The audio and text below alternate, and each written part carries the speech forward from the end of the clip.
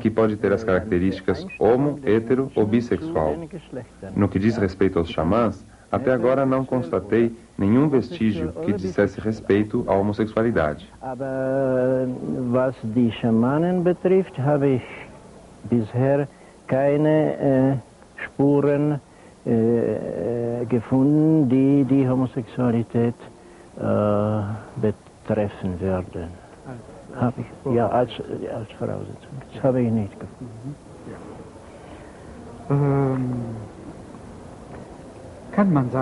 Pode-se dizer que o cristianismo é um xamanismo ainda hoje? Como e por quê? Das kann man nicht sagen. Não concordo. As heranças do xamanismo hoje estariam com os políticos, demagogos, e, até certa medida, com os médicos, porque todos eles se comportam como xamãs, mas só nesses casos. Wie Schamanen, ja, und so weiter, aber sonst nicht. Sie haben in Ihren Vorträgen niemals... Em suas palestras, o senhor não mencionou o problema da fé. Qual a relação entre o mito, a fé e a crença? Gesprochen. Spielt dieses Phänomen auch eine Rolle bei den Mythen und bei der Schaffung von Mythen? Ja, bei den Mythen schon. É possível observar uma grande quantidade de conceitos religiosos, os quais são trabalhados por teólogos, mas não por antropólogos culturais ou por semioticistas da cultura. Estende-se, diante de nós, a tarefa de estudar, sob o ponto de vista da semiótica da cultura, e examinar comunicativamente conceitos como culpa, fé, crença, ciúme, pecado, entre outros. Fides, und was war dort noch? Ja, mit diesen Begriffen, theologischen Begriffen? Eifersucht, ja. Also Sünde. Ja. Damit sollen wir uns möglichst bald auch beschäftigen. Ja, das steht uns also als Aufgabe. Ja. Trata-se, portanto, de dar a estes temas um tratamento semiótico, comunicativo? Ja. Kommunikativ untersuchen. Ja, ja, bestimmt. Würden Sie O senhor poderia indicar alguns caminhos? Wie wir uns damit beschäftigen könnten? Ja, ich glaube, wir sollen irgendetwas aus... Deveríamos começar em uma religião, como por exemplo com o cristianismo, examinando um determinado grupo de conceitos, casos concretos e também abstratos, para examinar aqueles que seriam os fundamentais dentro dos sistemas da cultura. Os pecados capitais, por exemplo. Isto seria muito importante. Die fundamentalen Sünden. Ja, die Todessünden. Ja, die Todessünden. Das wäre sehr wichtig. Ja. Sie heißen auf Portugiesisch Pecados Capitais. Ah, Capitais, ja. Kapitalsünden. Oder Hauptsünden. Ja, ja, Hauptsünden. Ja. Wenn der Schaman... Se o xamã interpreta os sinais do sagrado, não seria o semioticista um xamã pela metade? Deutet. Wäre die Semiotik nicht ein halber Schaman, ironisch gemeint, also Semi-Optik. Semi-Optik, ja. Das ist die Sache des Kritikers. Deixo para os críticos o julgamento, se olhamos com 2 olhos ou só com metade deles. Ja, das also kann der Analytiker, der Kritiker selbst finden, ob wir halbäugig sind oder mit beiden Augen gucken. De vez em quando isso pode ocorrer. Mas também a própria cultura e suas contribuições pode ocorrer que se enxergue com apenas um olho. Ja, also eine weitere Frage. Und das ist wollen wir jetzt uns dem Thema Rauschdrogen. Vamos nos voltar ao tema das drogas. Há uma relação entre drogas e cultura? Gibt es eine Beziehung zwischen den Rauschdrogen und Rauschstoffe oder bestimmte Stoffe, die den Rausch hervorrufen?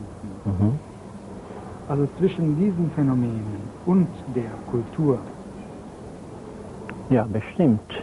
Vom Anfang an, als die Kultur schon im Begriff zu entstehen war. Desde o surgimento da cultura, as drogas que levam ao êxtase desempenham um papel importante, como no xamanismo.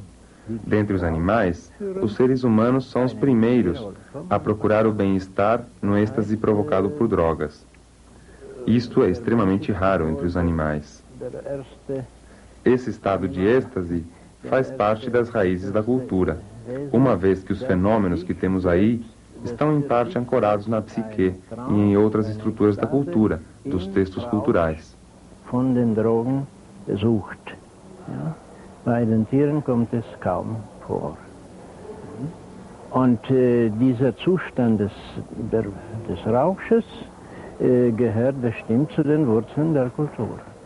Weil die Phänomene, die dabei sind, sind ähnliche Phänomene wie bei den Anomalien der Psyche und der anderen Strukturen der Kultur, der Kulturtexte. Ja. Das ist eine Art, Seria tipo de sonho diurno?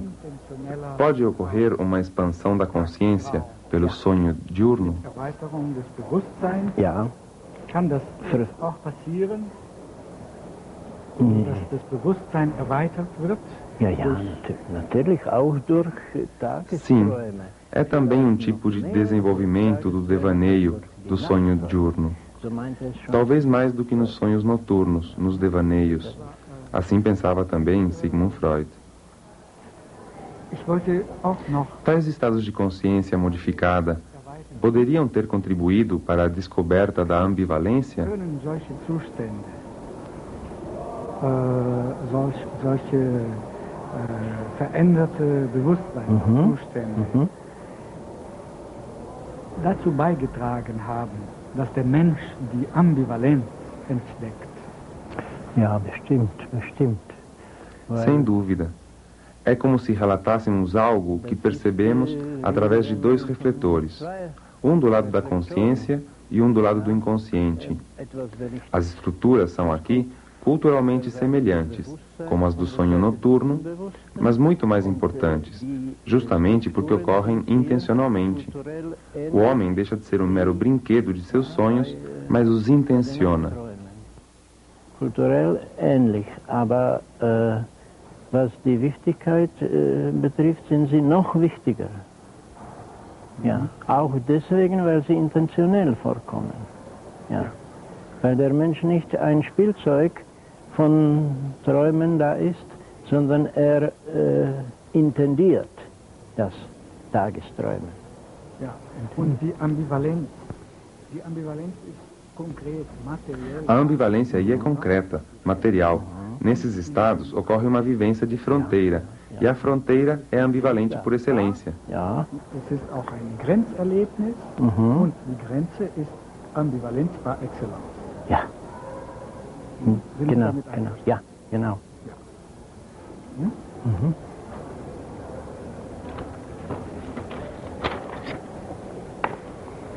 Nun eine weitere Frage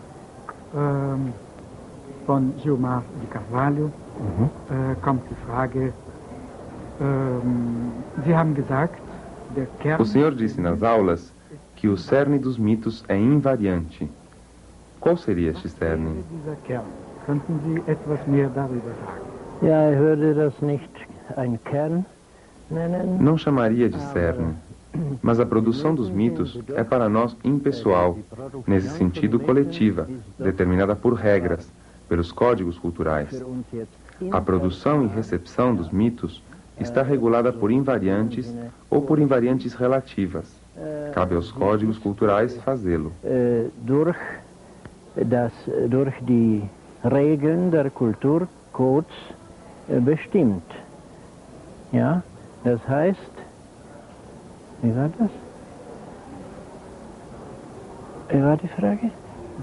Der Kern der Mythen. Ja, ich würde sagen, also die Regeln der Produktion und aber auch der Rezeption der Mythen ist durch invariante oder relativ invariante Regeln geregelt, geleitet. Ja? Und das sind die kulturellen Codes, die das tun.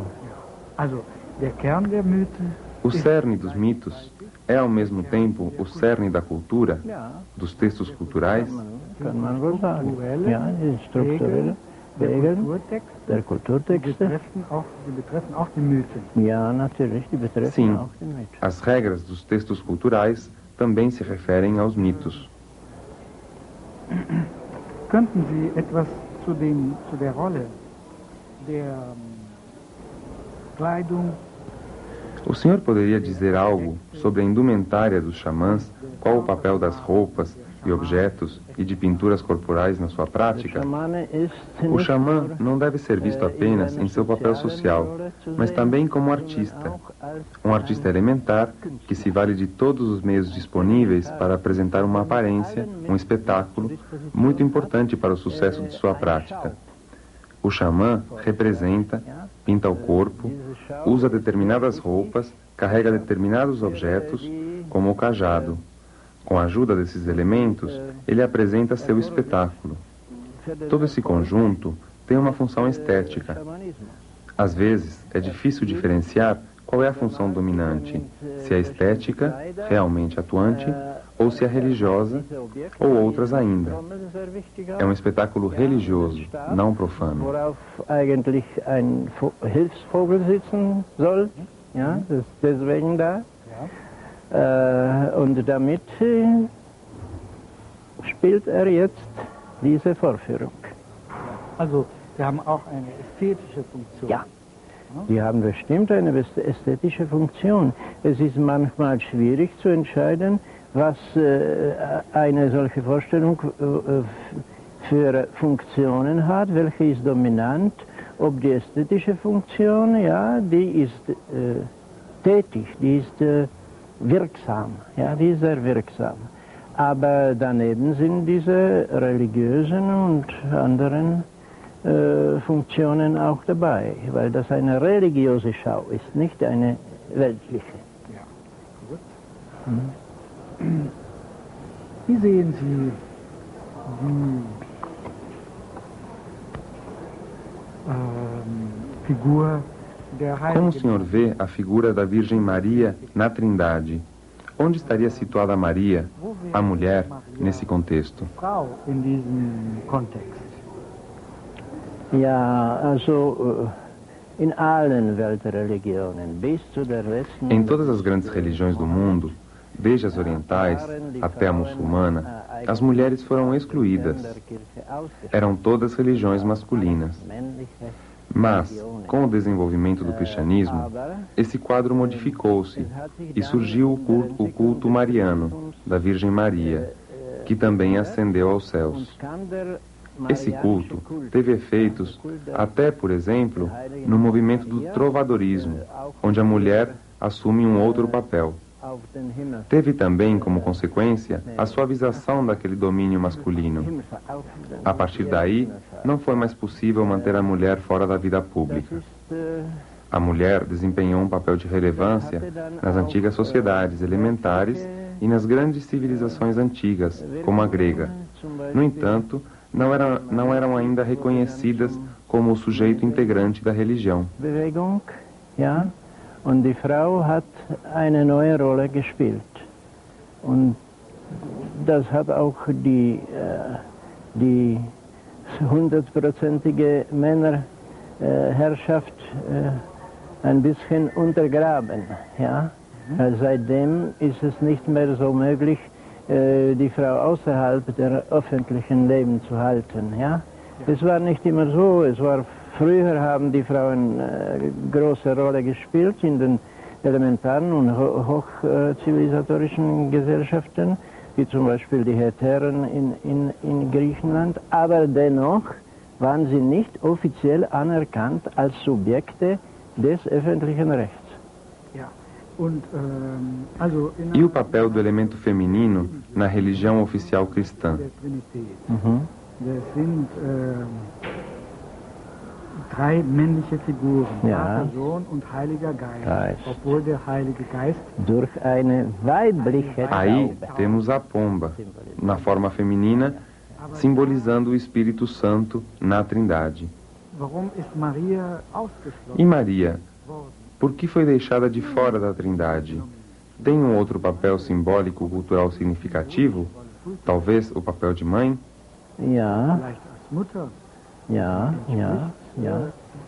Deshalb entspricht archaischen Kulturen bestimmt die Rolle der Mutter. Welche Rolle würde sie da? Sie spielt schon die Rolle der Mutter. Justamente. Maria desempenha o papel de mãe de Deus, mas não é uma deusa ela mesma, ela é a mãe. A mãe desempenhava um papel essencial nessas religiões. Maria tomou para si esse papel de mãe, mas nunca se tornou deusa. Diese Rolle auf sie übergegangen. Ja, sie hat das angenommen an sich. Ja, sie ist nie Göttin gewesen. É a mãe de Deus, mas em outras religiões arcaicas, o seu papel foi genético? Eine genetische Rolle gespielt? Ja. Nas religiões elementares, sim, mas não mais como a Maria cristã. Nessas religiões, a grande mãe sempre teve um filho importante. Na história do xamanismo, a primeira xamã foi uma mulher, uma xamã que se encontrou com a águia. Depois, ela teve um filho, que se tornou o primeiro xamã. Papel semelhante desempenhou a grande mãe em religiões na Mesopotâmia, por exemplo. Obviamente, não era mãe sem um filho. Além de sua mãe, era por vezes também sua amante. Tal problemática do incesto surge exatamente nos mitos. Spielt die große Mutter in den Religionen von Mesopotamie und so weiter. Ja? Sie ist keine Göttin ohne einen Sohn. Der war da immer und war ihr manchmal auch ihr Geliebter. Ja. Diese Inzestproblematik ist drin. Ja, in den Mythen. Also, ja. Es ist drin.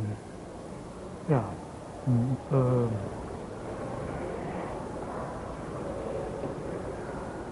Nun wollen wir ein bisschen über ein anderes Phänomen der Sprache, auch in Beziehung zu dem Thema Frau. Vamos falar de um outro tema, mas ainda associado à mulher. Há teorias que aproximam o surgimento do verbal à atividade feminina? Poderia nos dizer algo sobre as teorias da origem da linguagem verbal? Könnten Sie da etwas darüber berichten? Naja, wir wissen nicht, wie die verbale Sprache entstanden ist. Não se sabe com certeza como surgiu a linguagem verbal. Há diversas teorias a respeito, mas são parciais e nenhuma é convincente. Segundo uma delas, os caçadores seriam os responsáveis pelo surgimento da linguagem, que usariam para se comunicar durante as caçadas. Mas quem observa caçadores caçando na selva, por exemplo, os pigmeus, constata que permanecem quietos e calados, justamente para não espantar a caça. Mas as mulheres, que não iam caçar, ficavam cuidando do fogo e falando. É apenas uma hipótese, mas que não deve estar muito longe da verdade, que as mulheres envolvidas em atividades fora da caça tenham desenvolvido a linguagem verbal. Dass eben durch die Tätigkeit der Frauen, ja, außerhalb der Jagd, eben die verbale Sprache entwickelt wurde. Ja. Gut, und vom Verbalen zum... É possível falar em texto quando se analisa o fenômeno da glossolalia? A glossolalia é uma manifestação da primeira ou da segunda realidade? Kann man die Glossolalie als Kulturtext sprechen? Bestimmt. Auch diese Texte. Sem dúvida, também estes textos carregam informação que não precisa estar articulada logicamente. Portanto, também podem, desse ponto de vista, estar numa forma não lógica. Ocorrem na primeira realidade e também na segunda, como na arte, por exemplo, Morgenstern, que escreveu muitos textos absurdos. Através da absurdidade intencional que manifestam, tais textos informam. Outro exemplo, Teatro do Absurdo, quadros absurdos. Morgenstern, ja, der hat doch manche absurde Texte, und das hängt zusammen dann mit der Absurdität überhaupt. Die wird auch durch Zeichen und durch Texte manifestiert. Und das war in diesem Jahrhundert eben sehr wichtig, ja, das absurde Theater und so weiter. Ja, und auch Bilder. Ja. Absurde Bilder. Ja, absurde Bilder, natürlich. Oder zum Beispiel beim Dadaismus, Lautgedichte. Ja. Como no Lautgedichten, poemas fonéticos do dadaísmo, a informação não é só lógica, racional, mas pode ser meramente musical, articulatória. A glossolalia pode ser usada então também como instrumento? Ja, bestimmt. Pode ser, como instrumento em textos culturais. Na escrita automática, os surrealistas trabalharam com ela. Schreiben zum Beispiel ist nahe dazu. Und die Surrealisten haben damit erfolgreich gearbeitet. Textos intencionalmente irracionais podem ser usados como ferramentas num contexto político ou social para atingir determinados fins? Benutzt werden als Werkzeuge für ein bestimmtes, um ein bestimmtes Ziel zu erreichen. Kennen Sie solche? Sim, podem ocorrer tais casos. Oder so war? Ich erinnere mich nicht sehr gut.